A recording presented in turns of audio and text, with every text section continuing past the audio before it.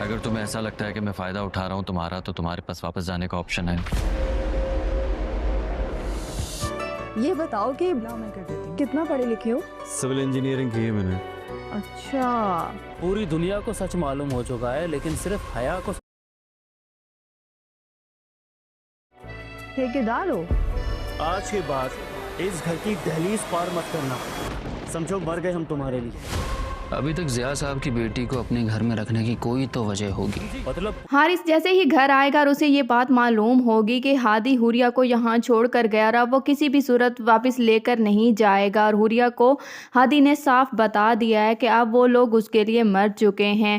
تو حارث ہادی سے اپنا بدلہ لینے کے لیے یہی کہے گا کہ جب پوری دنیا کو سچ معلوم ہے تو حیا کو سچ کیوں نہیں بتایا جا رہا. آخرکار کوئی تو وجہ ہوگی ضیاء صاحب کی بیٹی کو اپنے گھر میں رکھنے کی. حارث پوری کوشش کرے گا کہ وہ حیا کو یہ بات بتا سکے کہ حوریہ ضیاء صاحب کے ساتھ نہیں بلکہ اس کے ساتھ بھاگی تھی، اور وہ یہ بات ثابت کر سکے کہ ہادی ایک جھوٹا انسان ہے، اس نے جھوٹ بول کر حیا کو اپنے گھر میں رکھا ہوا ہے. ہادی اپنی طرف سے پوری کوشش کرے گا کہ وہ حیا کے دل میں اپنی جگہ بنا سکے، کیونکہ ہادی کو معلوم ہے کہ حیا کو جب سچ معلوم ہوگا تو حیا اسے چھوڑ کر چلی جائے گی. اسی لیے وہ حیا کو کچھ گفٹ دے گا اور ساتھ وہ یہ بھی بتا دے گا کہ وہ اب حیا کو پسند کرتا ہے. لیکن حیا ہادی کی کسی بھی بات کا کوئی جواب نہیں دے گی، تو ہادی کو سمجھ آ جائے گی کہ حیا شاید اس کے ساتھ نہیں رہنا چاہتی. اسی لیے وہ حیا سے کہے گا کہ تمہارے پاس دوسرا آپشن بھی موجود ہے. تمہیں اگر یہ لگتا ہے کہ میں تمہارا فائدہ اٹھا رہا ہوں یا زبردستی تمہیں اس گھر میں رکھا ہوا ہے تو تمہارے پاس دوسرا آپشن ہے، تم اپنے گھر واپس جا سکتی ہو.